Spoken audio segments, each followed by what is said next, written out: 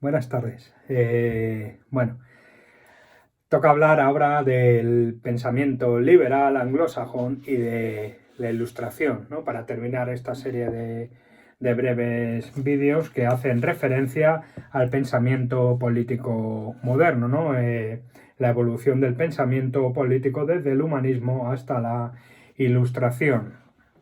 Bien, el origen del liberalismo lo tenemos que rastrear en las revoluciones puritanas del siglo XVII en Inglaterra, dentro del contexto de la República de Cromwell entre el año 1653 y 1658.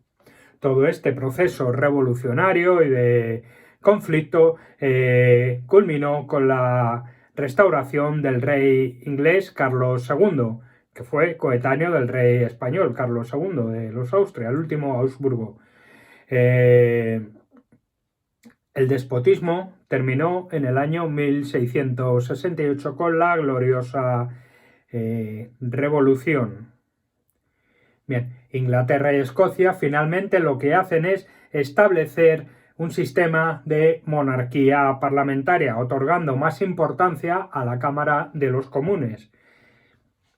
Entre otras medidas que tomaron fueron la censura, se abolió, se mejoró la administración y se otorgó mayor libertad religiosa. En este contexto surgen filósofos y científicos económicos que representarán lo que se conoce como liberalismo anglosajón del 18. El primer representante de esta corriente filosófica y política es David Hume, que vivió entre el año 1711 y el 1776. Escocés de nacimiento, filósofo de formación, profundizó sobre las teorías de John Locke. Otorgó una especial importancia al empirismo para el conocimiento humano y ello lo aplicó a las teorías políticas y económicas, el empirismo, ¿vale? Buscó el empirismo, por tanto, en la política, examinando la naturaleza del Estado y el contrato social, entre otras cuestiones. Por tanto, terminó acercándose al individualismo. El Estado está formado, para David Hume, por un grupo de individuos unidos por costumbres sociales establecidas y no por un contrato real del pasado. Esta es la idea principal del individualismo. La sociedad, por tanto, David Hume la entiende como un lugar de encuentro entre individuos para satisfacer las necesidades. David Hume tenía una idea de las mujeres como inferiores a los hombres en general. El hombre es superior a la mujer en todos los aspectos, en todos los ámbitos, no solo en el ámbito político. Los gobiernos se han ido formando. Otra de las ideas de David Hume es esta, que los gobiernos se formaron por usurpación o por conquista, sin el consentimiento del pueblo. Y la democracia, para David Hume, toma importancia más por escepticismo con otras formas de gobierno que por el entusiasmo que genera la libertad, podríamos decir. El otro gran teórico del liberalismo inglés es Adam Smith, muy conocido. Era un economista escocés que fundó la ciencia económica, fue el padre de la ciencia económica. Para él, el origen de la riqueza radica en el trabajo.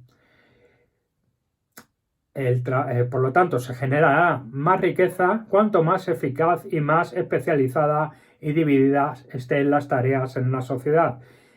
Con lo cual, podemos decir que según las teorías de Adam Smith, a mayor demanda de trabajo, con más libertad de comercio y con libre cambio, habrá mayor riqueza en la sociedad.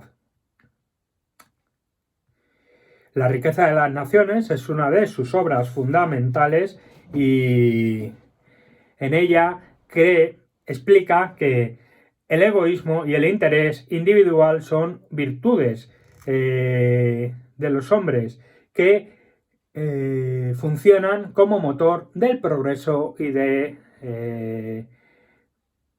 avance de la humanidad. El orden natural de las cosas tiene que ver con la no intervención de los gobiernos en la economía, y estos deben de estar limitados, la acción del gobierno debe estar limitada a defender el derecho a la propiedad y a la libertad. La famosa frase laissez-faire, laissez-passer, que es dejar hacer, dejar pasar, ¿no? Más o menos. El valor de los objetos fabricados se estima por el precio en dinero en el mercado del consumo. Es decir, es el mercado el que establece el valor de los objetos. Para Adam Smith es importante suprimir barreras proteccionistas, ya que es el mercado como ente superior el que lleva al empresario a aumentar sus beneficios, y por tanto este beneficio termina repercutiendo en el conjunto de la sociedad. En este marco sin regular, ¿vale? Sin regulaciones, sin medidas proteccionistas y sin barreras proteccionistas en los estados, ¿no? Adam Smith aboga por el mercado como un ente superior y esa mano invisible que regula la demanda y la oferta, y a través de ella pues se regula también la sociedad, se genera riqueza que repercute en la sociedad. Esta era la idea de Adam Smith, muy presente todavía en nuestros días. Otro de los grandes teóricos del liberalismo inglés es David Ricardo, que vivió entre el año 1772 y 1823. Es un economista inglés de la Escuela Clásica de Economía, y una de sus obras principales es Principios de Economía, Política y Tributación. En él lleva a cabo una serie de reflexiones morales y sociales que se pueden considerar como precedentes del socialismo en algunos aspectos. Por ejemplo, critica la acumulación de capital. Aboga por la prohibición de las corn laws, que eran unos aranceles proteccionistas sobre el grano inglés. Este sentido sí que coincide con Adam Smith, ¿no? Y el único valor para él de los objetos es el trabajo empleado en su elaboración, a diferencia de Adam Smith, que cree que el valor lo otorga el mercado, el valor de los objetos. Para David Ricardo el valor lo otorga el trabajo que se emplea, la cantidad de trabajo que se emplea en elaborar algo. El trabajo en sí es una mercancía dentro del capitalismo, y elaboró la teoría de las ventajas comparativas, que es una teoría que viene a decir a grandes rasgos que cada país debe especializarse en producir lo que le sea más accesible, más barato de producir, y debe importar lo que le cueste más producir, ¿no? Más o menos a grandes rasgos. Y bueno, vamos con la ilustración para terminar, para cerrar todo esto. La ilustración, muy importante. ¿Qué es la ilustración? Es la primera pregunta a la que debemos dar respuesta, ¿no? ¿Qué es la ilustración? ¿Qué se entiende por ilustración? Es un movimiento cultural que surge en la Europa del siglo XVIII. Aportó ideas al final del antiguo régimen y sirvió como marco para el principio de la edad contemporánea. Introdujo conceptos como libertad, como progreso, como humanidad, desde un punto de vista optimista y utilitarista, ¿no? Que tuvieran utilidad en la sociedad. Es un movimiento lleno de contradicciones en sí mismo, ya que por un lado no pretendía acabar con el antiguo régimen, sino que lo que buscaba era mejorarlo, este antiguo régimen estamental, ¿no? De estamentos, que tiene que ver también con la monarquía absoluta, pero, sin embargo, portaba el germen de la revolución. Dentro de ella se ha aceptado su papel en el origen. El papel de la revolución está aceptada en la historiografía como uno de los motores que impulsaron la Revolución Francesa. Al principio, la Ilustración fue un movimiento aristocrático, muy elitista, y más adelante se incorpora a las ideas ilustradas la burguesía. Esta teoría historiográfica la desarrolla Toussard y otros autores, Etol, madre mía, los pobres Etol. Nombran a uno y el resto ahí queda, Etol, en el año 2006. Bien. En una obra que se llama, a ver, la tengo por aquí apuntada, Historia de las ideas políticas. Bueno, es fácil recordar. Toussard, Etol, Historia de las ideas políticas, por si hay que plasmarlo en alguna oposición si sale este tema y, bueno, queremos nombrar a alguien. Toussard está presente en todo este recorrido que hacemos. Bien, dicho esto, hay que hablar a partir del marco que hemos establecido sobre qué es la Ilustración, ¿no? Y a qué intereses responde. En principio era un movimiento aristocrático, luego también se incorpora a la burguesía, como hemos visto, no pretende, es un movimiento cultural que introduce mejoras en el antiguo régimen, probablemente con el objetivo de perdurar. Sin embargo, acaba siendo el germen de la Revolución Francesa, que terminó definitivamente con el antiguo régimen. El despotismo ilustrado es la práctica y teoría política que sintetiza el absolutismo con la filosofía de la Ilustración. Es acuñado en este término de despotismo ilustrado, es acuñado en el siglo XIX por historiadores alemanes principalmente. Recibe influencias tanto de Hobbes, en cuanto a que el origen del poder no es divino, recordamos las teorías de Hobbes, ¿no? Absolutista ateo, el ateísmo político, ¿no? El origen del poder no puede ser divino, no tiene sentido. Y también toma de Hobbes la idea del origen contractual del Estado. De Maquiavelo toma la idea de el monarca como primer servidor del Estado y no al revés, ¿no?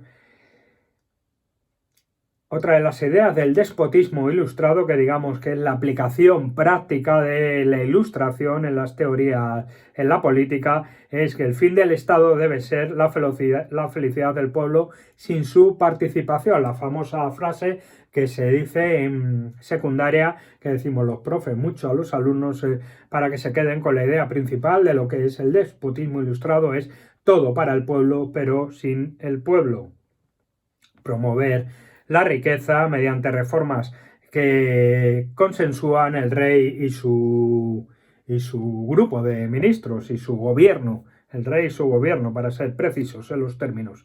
Casi que esta precisión se la debemos transmitir a los alumnos para que ellos sean también precisos en sus trabajos. Es decir, el despotismo ilustrado busca promover la riqueza mediante las reformas, las obras, los trabajos destinados a la sociedad, que mejore la sociedad, a que avance al progreso de la nación, pero sin contar con la participación política del pueblo. En España tenemos al gran rey ilustrado, que fue Carlos III, que reinó entre el año 1759 y 1788. Su principal ministro teórico fue Jovellanos, Gaspar Melchor de Jovellanos. En Francia está Luis XVI, guillotinado, que reinó entre el año 1774 y 1789. Fue el máximo exponente del despotismo ilustrado. en Rusia Catalina II. En Portugal tenemos a José I con su ministro, el Marqués de Pombal, ¿vale? Los que aplicaron estas teorías del despotismo ilustrado de todo para el pueblo, pero sin contar con el pueblo. Los grandes teóricos de la Ilustración son tres, y cada uno responde o busca encajar a la clase social, al estamento social. En ese momento eran estamentos que representan Montesquieu, digamos que es el máximo teórico del liberalismo aristocrático, es decir, es un representante de la aristocracia, defiende los intereses de la aristocracia con su teoría de los contrapesos. Sin llegar a ser a profundizar en la separación de poderes, sí que plantea una especie de armonía entre ellos, que siempre quedarían en manos de la aristocracia liberal, el poder ejecutivo, legislativo y judicial. Pero bueno, es un principio importante. Su obra principal de Montesquieu, que murió en el año 1755, a mediados del siglo XVIII, es El espíritu de las leyes, y en él plantea y habla y analiza tres modelos de Estado. Por un lado, el modelo republicano, con una república democrática, es decir, con participación del pueblo, y una república aristocrática gobernada únicamente por la élite aristocrática. Habla también de la monarquía, donde solo el rey gobierna bajo las leyes fundamentales y regido por el principio del honor. Y habla del gobierno despótico, que fue condenado por Montesquieu, el gobierno de un solo individuo bajo su capricho. Esta forma de gobierno fue condenada por Montesquieu. Pero vaya, él defiende a través de la teoría de contrapesos que los poderes que deben de estar separados, pero en manos de la aristocracia. Por otro lado está el filósofo Voltaire, es el máximo representante del utilitarismo político de la época del siglo XVIII, de la Ilustración. Voltaire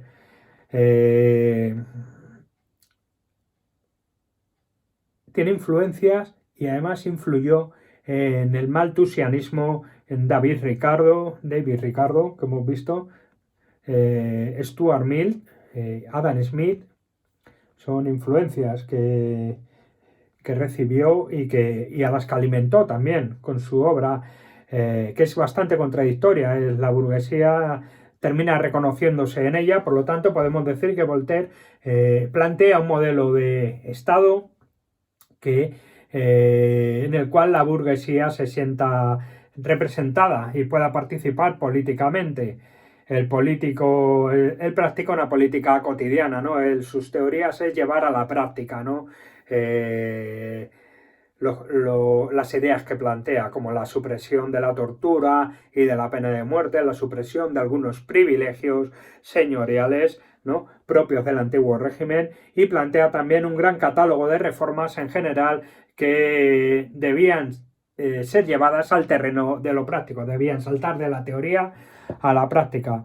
No fue un revolucionario en contra de lo que se pueda pensar, ¿no? Parece que hay un sentimiento, cuando se habla de Voltaire, parece que es uno de los partícipes en la Revolución Francesa. De hecho, murió un año antes, en el año 1778. No fue revolucionario, pero sus ideas sí que es verdad que contribuyeron a prender la llama de la Revolución Francesa.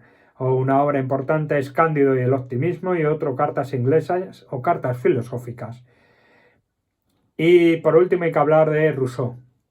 Rousseau planteaba una serie de ideas democráticas, por tanto defendía al proletariado en general. Era una clase en este momento que no tenía conciencia de clase, por lo tanto no tenían teóricos, ¿no?, que pudieran plantear reformas políticas que favorecieran al proletariado. Sin embargo, Rousseau sí que planteó una serie de ideas que favorecían a este proletariado, ¿no?, a las clases bajas, al campesinado de la época. Una de ellas era la soberanía nacional, tal vez la más importante, que plantea en su obra El contrato social y también el del discurso sobre los principios de la desigualdad entre los hombres.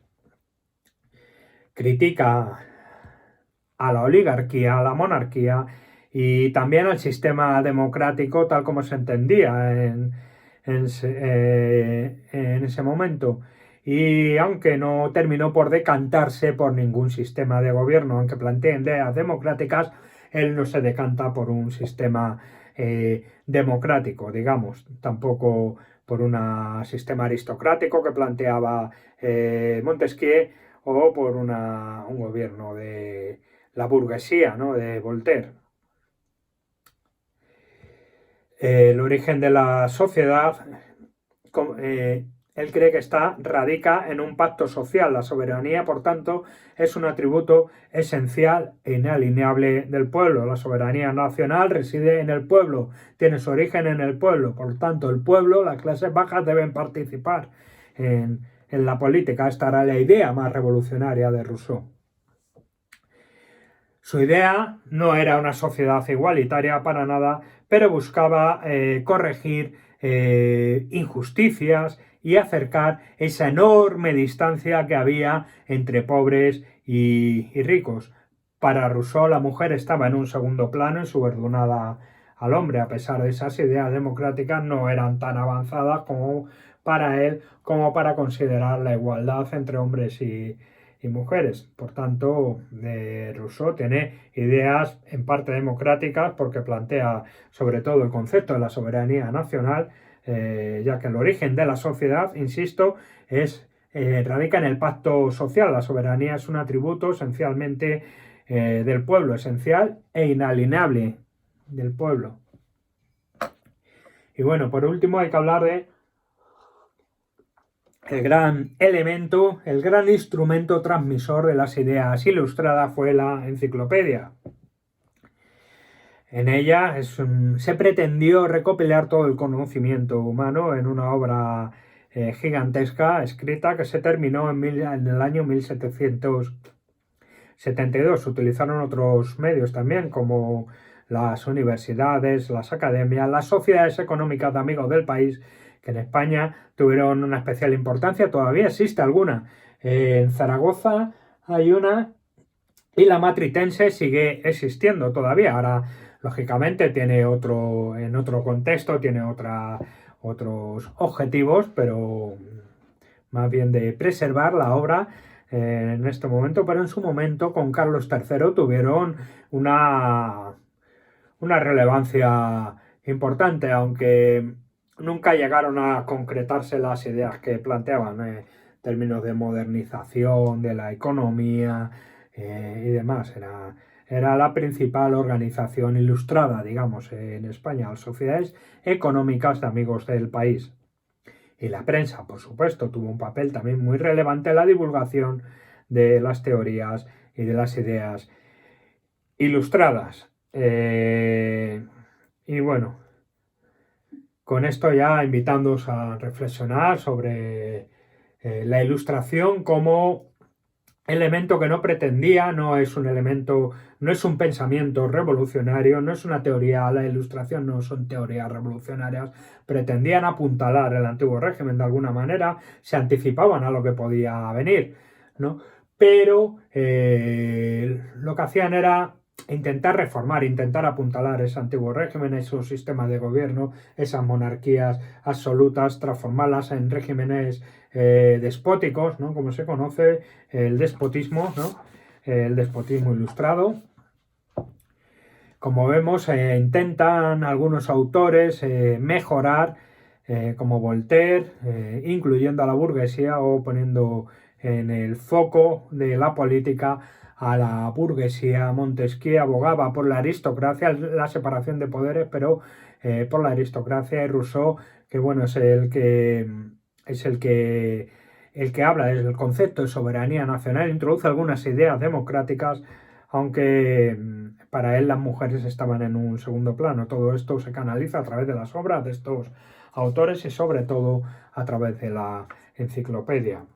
Invitar a esta reflexión Y bueno, pues eso, se puede acudir a la obra de Tomás Moro, que ya hemos mencionado, Utopía. Luis Ribot es un gran modernista, ¿no?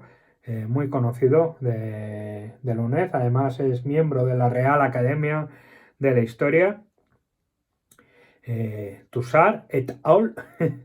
Historia de las ideas políticas, y bueno, la Fundación Española de Historia Moderna, que tiene una página en internet muy completa y en la que se pueden leer interesantes artículos sobre la historia de las ideas políticas, el pensamiento político moderno, el recorrido, cómo se ha hecho desde el humanismo hasta la Ilustración y nada más. Muchas gracias a todos. Chao.